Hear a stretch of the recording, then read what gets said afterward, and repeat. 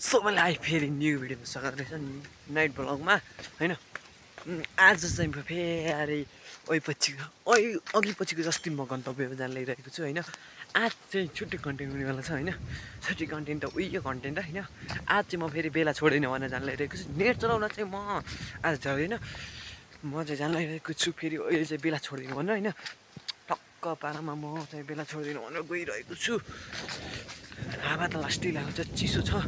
मलाई फेरि यति चिसोमा हिँड्दा बित्तिकै निमोनिया हुन्छ, डर छ होइन। त्यही हो पनि, त्यही भएर म चाहिँ उतिखेर गएर उतिखेर आउने भन्नु गराउने हिँडिरहेको छु गाइजहरू। जान्छु आउँछु म, अहिले धेरै बेर बोल्दिनँ होला। जान्छु आउँछु, यो भिडियो अपलोड चाहिँ हान्नु पऱ्यो होइन। त्यो धेरै नत्र त एमबी पनि लाग्छ कि छुट्टा भिडियो अपलोड हान्ने नि।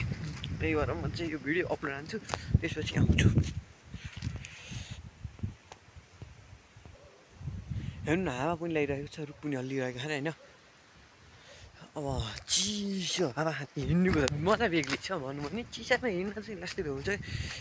म अहिले बेला छोडिदिनु जानु परेको, म चाहिँ आउनु थिएँ बेला छोडिदिनु जानु परेकोले मात्रै आएको।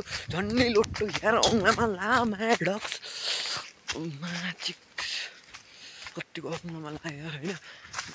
जानु पऱ्यो, के गर्ने, काम त गर्नु पऱ्यो होइन। घर बसी पछि काम गर्छु। आज फेरि म स्कुल पनि गएन। गाउँजिकाल चाहिँ विनोद स्कुल गयो भन्ने भयो होइन। म चाहिँ स्कुल पनि गएन। स्कुल जाने त म हप्ताको 2-3 पल्ट मात्रै हिँड्छु। हिजो गएन, आज गएन, भोलि पनि जानु होला। भोलि त छुट्टी नै छ क्या होइन। त्यही भएर भोलि स्कुल जानु हो। राइजहरू म चाहिँ गन्तव्यमा पुगिसकेको छु। भिडियो अन्तिमसम्म हेरिदिनु धेरै धन्यवाद रहेको छ।